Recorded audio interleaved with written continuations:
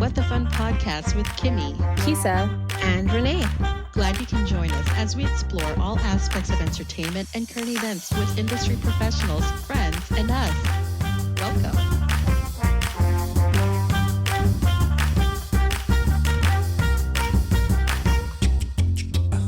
So episode 5, and we're still alive. Hey guys, how's it going? Welcome to another round of WtFun with us. So I got a funny story to share. Last week, this week, I just returned to work. And everyone, when we're working from home, we're constantly on our video conferencing calls. So I wasn't expecting everybody to be dressed up because in previous video conferences on Zoom, everyone was dressed casual. People wear their PJs, people were just wearing, sweats, just very, very low key. So I'm thinking the same thing. And on this past Monday, we had our first big, huge town hall meeting, which had representatives from every line of business, senior leadership. And I came unprepared. I had no idea that everyone would be dressed to the nines as if they were in the office. Because here comes Kimmy, tra-la-la, in her Mr. Rogers t-shirt, good vibe shirt. No makeup on. I didn't bathe for 4 days. Yes, I did it again. I did not bathe for 4 days. I was wearing my Mr. Rogers good vibe t-shirt with my hair slightly oily, no makeup, and my big fat headphones on. So it looked like Princess Leia ears. I'm the only one that looked like a dork on the radio. And then I see everybody all dressed in business casual with makeup on, their name tags. They were wearing their name tags, for Christ's sake. I wasn't wearing my name tag. And so I'm the oddball, and I'm looking at every box on Zoom. And I'm going to tell you this. There were like over 100 people on there. And I'm the only dip that looked like I just rolled out of bed and just logged into Zoom and was like, hey, I'm here. And to add more to my demise, my first day disaster, on Zoom, everybody has their name. And we didn't use Zoom. We used Blue Jeans, which is the official video conferencing site that we use at work. And the last time I used Blue Jeans, my team was making fun of me, and we all changed our names to Kimmy something. So then I decided to change my name to Kimmy Cakes Freeling to make fun of another fellow coworker. And I didn't change it. It stayed. So I'm logging in to 100 plus people on Blue Jeans for a big old conference call with top executives, the VP and everything. And there pops up, Kimmy Cakes Freeling. My most senior leader, the general managers, they saw me pop on and they were like, good morning, Kimmy. And I didn't know until later in the middle of the meeting, I get text messages from people saying, you might want to change your name. And I was like, what? Oh, dang. So there you have it, ladies and gentlemen. Yeah. But you know what, though? Like, you know, people are only dressed from the waist up. They're still in their sweatpants. You're right. But I wasn't ready for this. How does one even get prepared to be work ready from home? I don't know. But Renee, you mentioned scarf. Oh yeah, Renee, tell us. This is a good life hack, everybody. What you do is that you just put on a scarf. That's it. Just add a scarf. Add a scarf on top of your t-shirt, your sweatshirt, your sweater, your pajama top. It doesn't matter. Just put on the scarf and that's it. And it just like miraculously makes you look profesh. I'm telling you. That's all you need to do. I wore a scarf the next day and I felt so sophisticated. That's it. I mean, a true fashionista. I am the fashionista of VTC. VTC meaning video conferencing.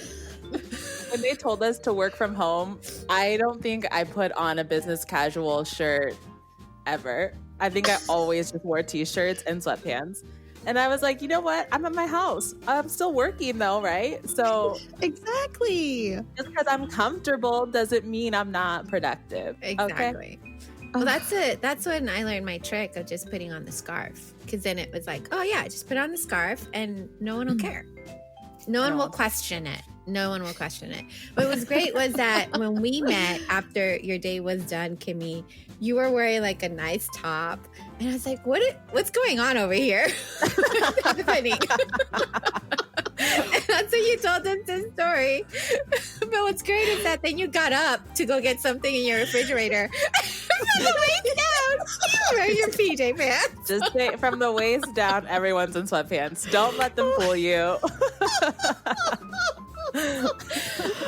Oh my gosh. And I was like, oh, there it is. There it is. Business on top, party at the bottom. Oh, so good. Yeah, but you know what I was gonna say is it's amazing how a little thing like a top, you know, or a scarf or a pair of earrings or lipstick just changes your whole mood or changes the whole perspective. Not your own perspective of yourself. Maybe there's some of that. Your own perspective of yourself. I guess so, because you feel different. Like, it's like all of a sudden you're like, oh, whatever it is, like if you're in a bad mood, you're tired, or you're wearing like I don't know how many times I put on a t-shirt or a shirt and been like, blah, and I take it off and put just a different color, and like your whole life just all of a sudden changes. Yeah, when I put makeup on, I feel glamorous. Like right now, I got my eyebrows on and I feel good. Girl, you do look good. You look good. I actually got partial talking about eyebrows. I got my eyebrows done. Oh, Yes. I need to give an update to the people. My eyebrows are done. And I got glasses. So now it doesn't look all like, you know, one brow, a unibrow. And, you know, it's two separate things. And then I have my glasses and it looks totally different. But yeah, it's kind of great. And that's why I'm really excited about talking to Kathy, because I do feel that, you know, fashion, although many people might not think it's entertainment, it is. Yeah, especially fashion shows, right? Yeah. I mean, it's all about immersing the guests in the world of the designer, right? Especially at a fashion show. So I think it goes hand in hand. If I go to a fashion show, I'm going to want to be entertained. Yeah. I know that these people are walking on the runway in front of me and I'm sure they're beautiful and the clothes are beautiful. But at this point, with the way technology is and the way the business has changed, it's all about everybody wants that immersive experience. Right. Yeah. It's no different in fashion. Yeah. Well, I'm excited about Kathy. She's a pretty big powerhouse. I mean, she is. She has had one extensive career, plus she's very energetic, full of life. Oh my gosh. Tell me about it. Woo, she's more energetic than the Energizer Bunny. It's also very impressive how she's I don't know how she's led her career and where she is now, and being a woman in the industry, and right, and going beyond like the expectations, you know, of what she thought she was going to start off in. So I'm really excited to get to know her. She's one of those people that, again, we get to talk to in this podcast that people wouldn't normally think have anything to do with entertainment, but there's still that tie-in, that relationship. Plus she's a leader and a woman in the industry. There's so much about her that I find is exciting. All right, well, let's get to it. I am very excited to be introducing our next special guest. She's very special, near and dear to my heart, a true fashionista who has produced fashion runway shows throughout Orange County with sponsorships from huge corporations such as Lancome, Coach, Celebrity Cruises, Sephora, Tony and Guy, just to name a few, and also appeared on one of my favorite reality shows, which is The Real Housewives of Orange County. Okay, I'm excited to welcome to our show the executive producer of OC Fashion Week, my beautiful sister-in-law, Kathy Marino. Yay! Oh, thanks, guys. Oh my gosh, I can't believe I have my sister. My sister is in the show. So exciting. That's hilarious and fun. This is so cool, guys. Thank you so much. We're very excited to have you on our show. Now, in the last several episodes, we've had lots of professionals join us in the entertainment industry, most notably in the stage and film television world. But you also handle a different form of entertainment, and that's the fashion industry, producing runway shows at venues and also virtually. Can you tell us about your role as the executive producer and CEO of OC Fashion Week? Yeah, absolutely. Gosh, there's so many things to talk about right now. And I would like to take light that on our Instagram, if you guys do visit us at OC Fashion Week, you'll note that we are digitally protesting for Black Lives Matter because we are profoundly against, and of course, racial profiling and also protesting for justice.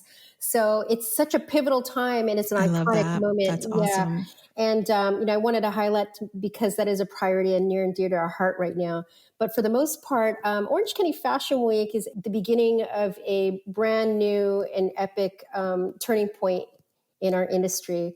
We have been the leader in shopping retail for many years. A lot of people don't know that the spend here in Orange County is approximately $45.2 billion without the aid of LA. So we spend like a fashion capital. In fact, we were looking up London Fashion Week to find out what their consumer market spend was, and it was approximately projected as $40 billion in the next 5 years. So that gives you an idea of the consumers that are shopping our retail here. So retail tourism has always been a big thing. As far as runway production, our runway show has been serving to help small businesses emerge, which begin with emerging designers, as well as larger established companies reach out to consumer markets. And we have primarily been servicing the consumers for many, many years in terms of publicly sharing our Orange County Fashion Week. This will be the first time in the history of our OC Fashion Week where we are going to be having privately held shows just because of the current conditions, but also to keep it very, very, very safe, as much as we can to the extent of our work due to the pandemic and the current global affairs at hand. So you mentioned that OC Fashion Week helps small businesses and designers reach out to consumer markets. Can you walk us through some of these services? Because it's a great example of how OC Fashion Week has gone beyond a fashion show and has become more of a platform for many of these artists. First, we listen, and sometimes we'll even customize a database for them so that they could keep a new guest list. Because, we know that the job is seasonal. That's number one. And number two, we know that we might not have the ability to sell every single product or even sell a product because we're all about brand exposure. But what we wanted to do is help that business succeed, whether it's building them a new website through the content that they receive through us, which we have. We've upgraded so many websites because now they've got these runway models that maybe they wouldn't have otherwise been able to do on their own. And the fashion photography is like epic. And so they're able to change or build a website for for their first time. Some of the designers get stuck being an artist. They're not there yet with knowing how to build enough inventory for it to be manufactured quickly enough to do the sale because they're not sales reps. And so oftentimes, sometimes we'll go and represent brands to help them get into the stores or be considered, to speak to a retailer, because they're in the mindset of being an artist. They want to create this immaculate look, or they want to get press. They're really good at press and publicity. But for things like, going from being a designer and this artist and then becoming an actual business, that's like a whole nother field of work that, helps to become. So I think when we go into whether we're helping a fashion designer or an e-commerce company or a sponsor, we're really listening to what they really need and where they're short. And some of them even have larger followings than us, but having us as an extra edge to help them achieve more resources or have accessibility to a particular target market in our area that could give them or leverage more exposure, that ultimately is, what helps them cross over. What is interesting to me is that OC Fashion Week itself came to life through similar services that you did for these two college students who were actually struggling to fund their fashion show. So can you tell us about how you financed their show and how it eventually came to be known as the OC Fashion Week company that it is today? Yeah, absolutely. These two boys were asking me to help finance their show, their runway show. The runway show was not pulling up the momentum that they needed. It was mostly college run, and they had different people that were trying to take the show apart from them, and they needed a way to make it more unified.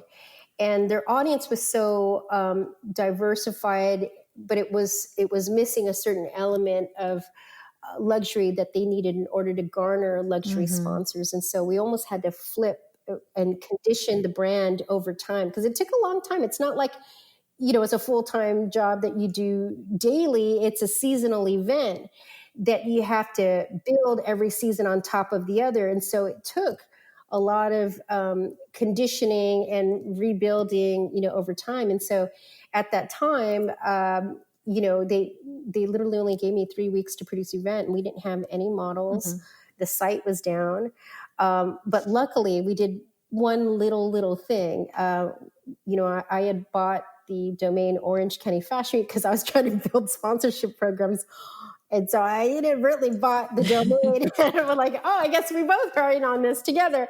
And so lo and behold, it was kind of like this Alice in Wonderland moment where, I'm realizing like it was a lot bigger responsibility to build this platform, and it had to mean so many things to so many people. In the beginning, we didn't even really have staff. We had a lot of college students that really wanted to be partake in it. Now they've gone on to really great careers in fashion. But at the time, we built a program called Fashion for the Future, and it was our way of building project managers to allow them to not get cornerstoned, or what do they call it, pigeonholed into a position of being someone's assistant for many years. We gave them accountability programs that would allow them to thrive and test their skills on the runway as well as business management. And so that created a birth of a new program that allowed us to succeed each season. And we started procuring more and more sponsors over time. I mean, you did a lot of networking to get where you are right now as the owner and executive producer of OC Fashion Week. But did you ever see yourself having your own company or going into fashion? I mean, having a market research background is different than being the owner of OC Fashion Week. So what was totally. That was jump like? It was like jumping in a pool with no water in it. I mean, I was just like, because I didn't come from fashion, I came from the automotive industry and television. Early on, we started with an advisory board. And so we had a cosmetic owner, and we had someone that owned a retail store. And so having their point of view was really, really key. It was a really, really important time for us to hear all facets. And so that really changed our first, few seasons of OC Fashion Week, because, we wanted to take into account, what they were seeing. And these are like very minute details. So having a solid team, the success or an outcome when you do an event is always going to be based on, who's on the team, because they every moment, every detail counts, and it's for any one person to say that they've done it all of them by themselves, that's a very difficult feat to do. Kathy, what makes you so successful? Because you obviously have a drive. It's taken you your career. I mean, it's extensive, and you've been all over the place, and yet you find success in everything you do. They keep calling you back to do the job you don't want to do because you do it so well. Then you're like, no, I'm going to break off and do something new, and then everybody starts calling you in regards to that, and there you are, enjoying that life. But then you're like, oh, wait a minute, now I get this other opportunity, and here you are now doing fashion of all things. What do you think, what attributes to your success? What do you think is that thing that makes you so successful? Well, I think I look to relish in other people's successes. It's not my goal to focus on me. That's why I've always been behind the scenes. And so a lot of it is the designers, because we never have the same season twice. Our locations change, the designers change. And so really the attribute is really coming from the entire crew, the designers, the models, the photographers. Like every time we come, everybody misses each other. And that has really been the defining moment for success for everybody, because it's like the final outcome is a collaboration. So I might lead and pinpoint the direction and direct the positioning of how we do things in order to procure the sponsors, because then I'm able to design an event based on what I think is going to allow them to get the maximum exposure for their brand. So it's like it's a balancing act. I have to do that. So front of house, and I also have to do back of house.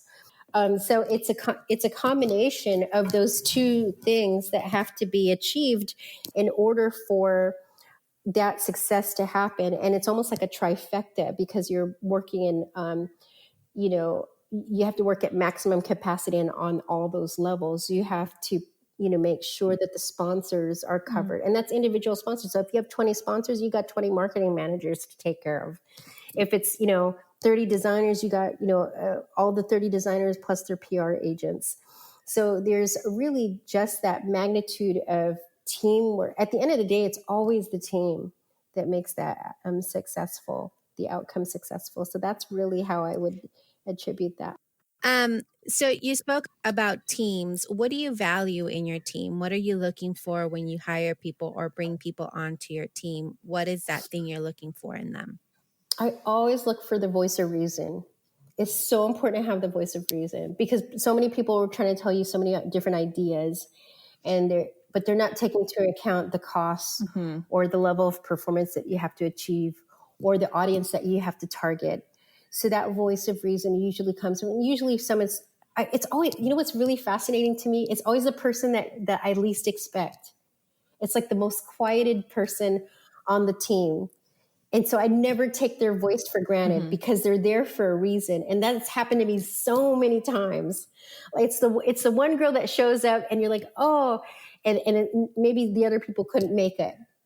I never take that for granted, because I think that when you have someone that gives you the voice of reason, then you're able to reflect change, with some adaptability, and be sensitive to the needs of others. And so that's really, really key to me, and very, very valuable component for me.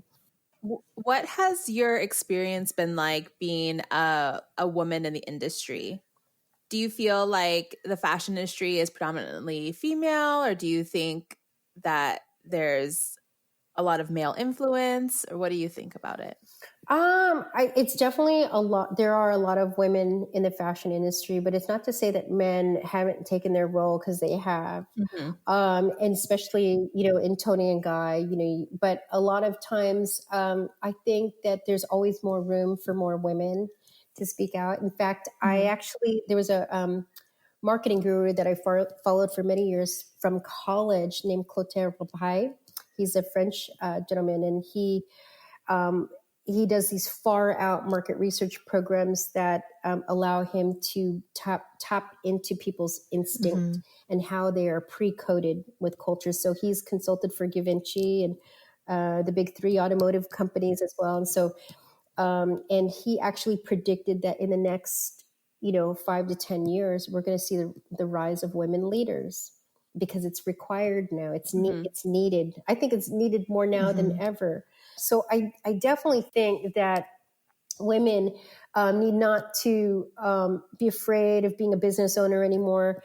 If they want to step up to the plate and be that lead, they need to take charge and just do it. And they got to stop waiting for permission. The other thing that I often see with women do, I used to get like a lot of colleagues that would call me and they would be polling their friends. They'd like call this person and call this person and call this person. It's like, in my head, I just want to say, just make decisions that move people forward. How do you guys promote body positivity with OC Fashion Week and being That's a in great this question. industry? That is where, really good, you Kisa. That's a great I question. like that question. We don't put any restrictions on models and say they have to be rail thin. We cast our models plus size and we cast the models all sizes. The only thing that makes us, allows us to represent them is when we have the right designer that can allow us to have that platform.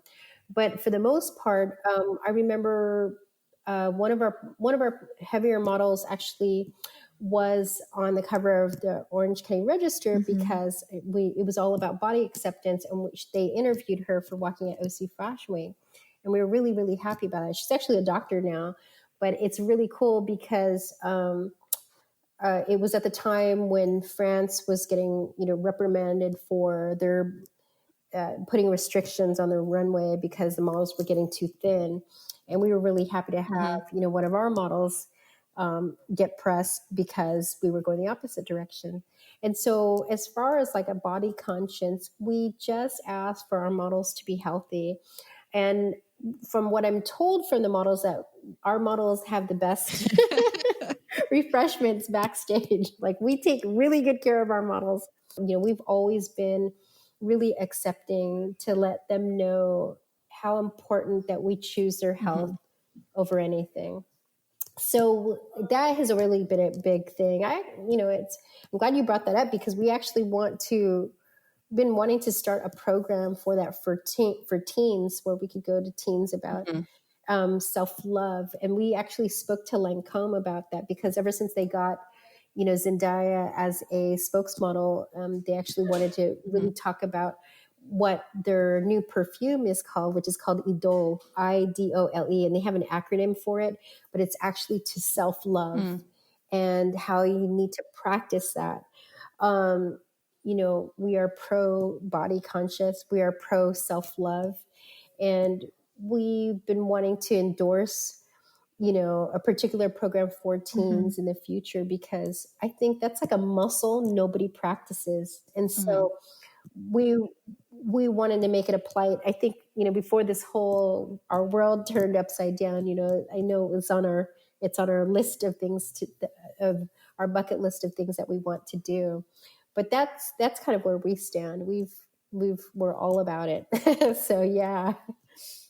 I just really love what you are doing through OC Fashion Week. How you are preserving and promoting and advancing the fashion industry as an art form, because from how you work with your designers and help support them and their visions by something as simple as honoring the type of models they want to work with, despite color, despite size, to how you help create immersive worlds to display their works while guiding them to go to the right markets, to how you carry socially conscious messaging through your fashion shows and social media platforms. I just find that very inspiring. I like what you're doing with OC Fashion Week.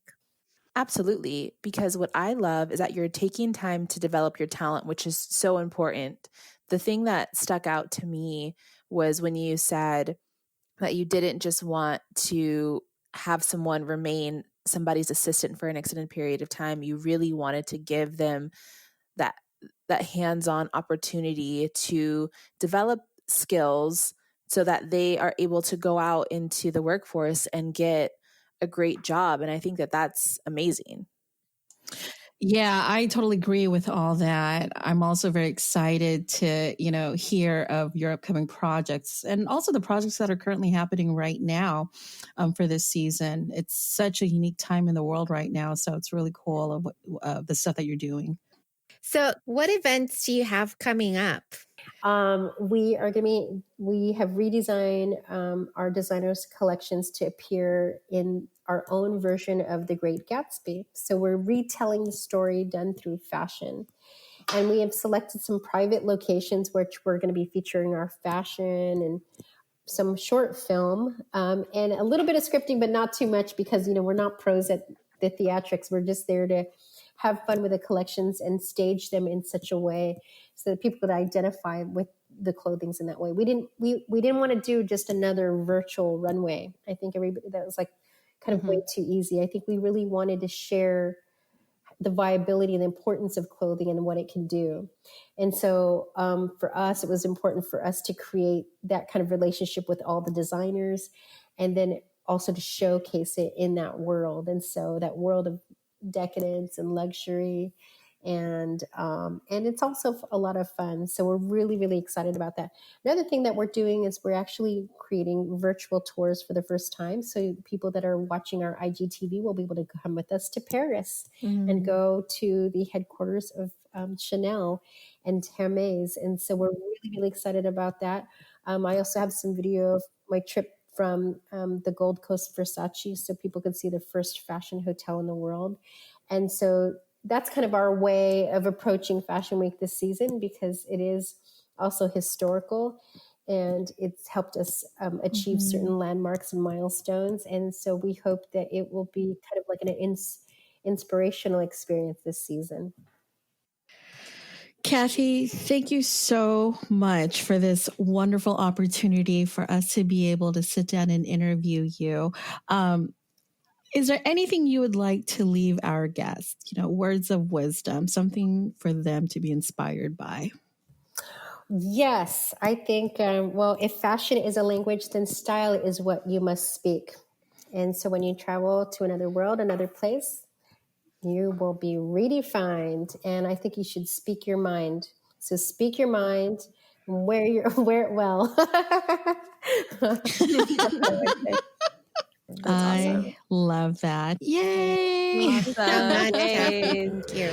Thanks. Thank you, Kathy. Yes, thank you. Okay. Thank you so much, Kathy, for joining us on WtFun. For all of our followers out there, if you'd like to know more about OC Fashion Week or their upcoming events, you can follow them on Instagram at OC Fashion Week and also on Facebook at ocfashionweek.tm. And don't forget to listen in every other Friday, wherever you get your podcast from. Thanks for listening. Bye, everyone.